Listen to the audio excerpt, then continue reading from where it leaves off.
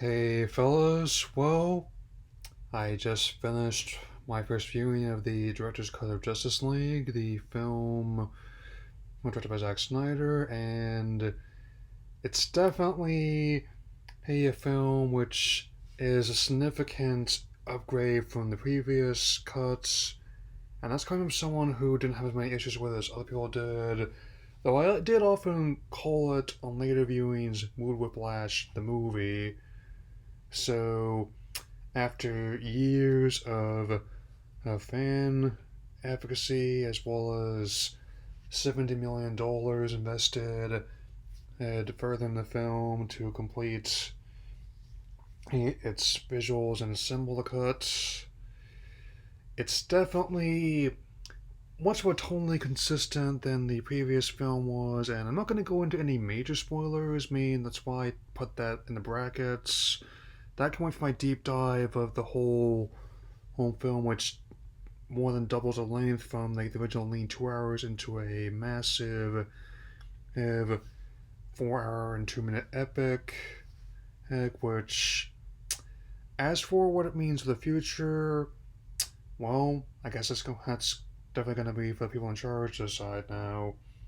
But it wouldn't be the first time the execs got it wrong either, so let's started. So, the film more closely follows the tone of the previous installments of the franchise before or the reconfigurations that were forced upon the film by the executives, and it not only restores like the original color palettes, it's where, especially in the final battle in Russia, which is shot in blue as opposed to like the red, reddish orange finale that was in the theatrical version, which on top of that combined with Mustache Gate as well as the original design of Steppenwolf.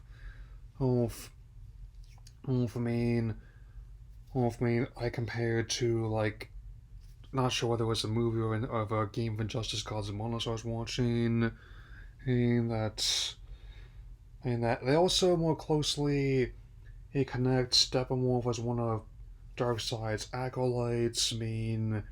It's who has lost favor with Darkseid. At least that was my understanding. Looking at the other plot points, that and like how BBS handled like the death part of the storyline. This one handles like the return storyline for Superman's character, and he's I'm actually kind of glad that he's not completely as antagonistic as originally speculated.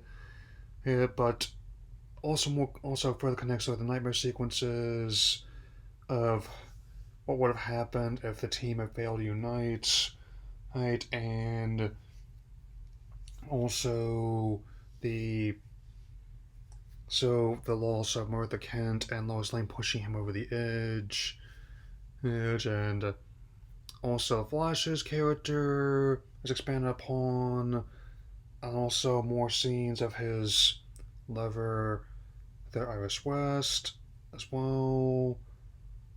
Oh, the fact of his father being imprisoned wrongly, especially also expanding upon what happened with Cyborg's character, like how it definitely like hold of his promising future as a college football star wanting to play professionally before he got in the car accident that killed his mother and caused him to lose most of his body.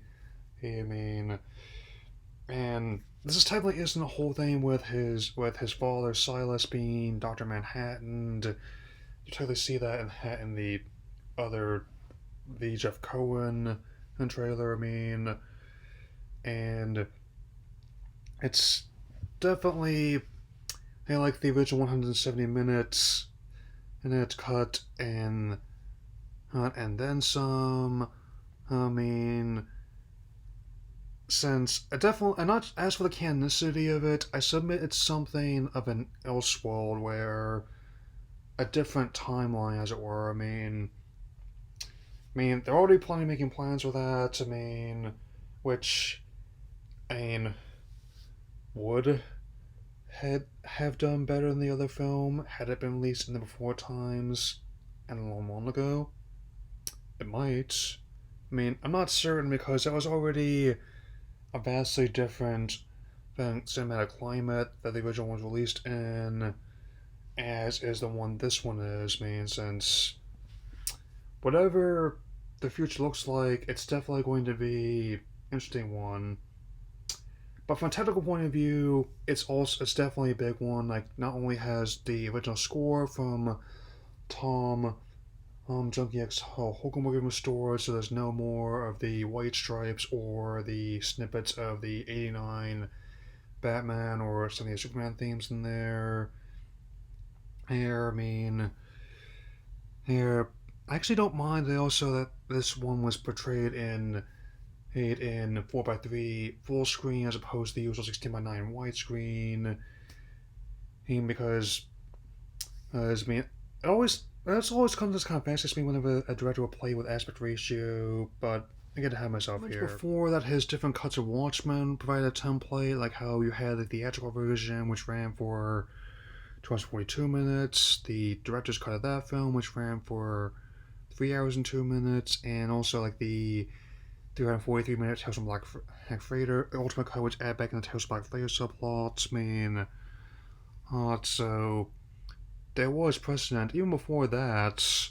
That's the whole Richard Donner cut of Superman 2, which had a lot of similarities where you take a director who was originally tasked to finish a film, but before his vision was changed by the studio executives, and another director was brought in and to complete the film, only to, after fan demand and years of work, and in some cases, they used test footage for scenes that they couldn't film, and also restored scenes, but also used modern technology to keep the visuals consistent. I mean, though I did make that joke on Twitter about for Steppenwolf's forums, like had the 2017 launch version. You had like the 2020 on a remaster version, and now the 2021 enhanced version. Yeah, I was basically, and they're still having trouble finding PS5's Xbox Series when I was in town the other day, but another time. So, and I have to say that the acting is relatively solid across the board. I'll get into more detail over this in my spoiler review. It's going to be in April because I'm too stretching other projects for this month to really do that deep dive on it right away. Like some other people have. I mean, it's also divided into multiple chunks. It's both a continuous this narrative that can be viewed as like a sort of like a multi-part miniseries where there's the prologue, there's Don't Count on It Batman, The Age of Heroes, Beloved Mother, Beloved Son, Change Machine, The King's Horses, Something Starker, and lastly, the epilogue, A Father Twice Over. I mean, which should give you an idea of how much content there is in this thing. That's how, in a sense, where things that were reworked, cut down, or completely absent, or just hinted at in the theatrical version and were expanded full sequences. In this one, definitely get more of a sense about how chaotic the world is and Superman's absence was how. Oh, and also they do expand upon more of how Lois and Martha deal with the absence of Clark. I mean, since. And as for this next reboot, whatever we want to do with it should be interesting to see. I mean, it's been 8 years, so I'd say we're about due for another standalone film, whatever shape it takes. I also have nuts, and also they add back in the whole accepting Lois's wedding engagement because that element because the Return storyline ended with them officially getting married. I mean, I have not seen the Superman Lois show yet, but it looked interesting at least. So Yeah. As for the future of the franchise as a whole, well, I mentioned this before, and I best mention it again. If this is their new business model, just like throwing anything in the wall and seeing what sticks, I'm all for it. I mean, I mentioned this before. I definitely want both them and their rivals at Marvel to be successful for their own reasons. And for this is a franchise that is very enough can support bigger endeavors like this, as well as small scale fare like Shazam, Ham, Birds of Prey, and especially Joker. Since basically, like I said, we don't need to follow our rivals to succeed. We better just go our own way. So, and whatever happens next, I'll definitely be interested in covering it in some capacity. And right now, I think I'm gonna get ready to go to Newport tomorrow or afternoon and get into like that DC binge again. So I'm still gonna record three other smaller videos. Schedule while I'm gone. Work on finishing my remaining Cinema Ultra Vintage vlogs before I start up next season in April, and I will definitely talk to y'all later.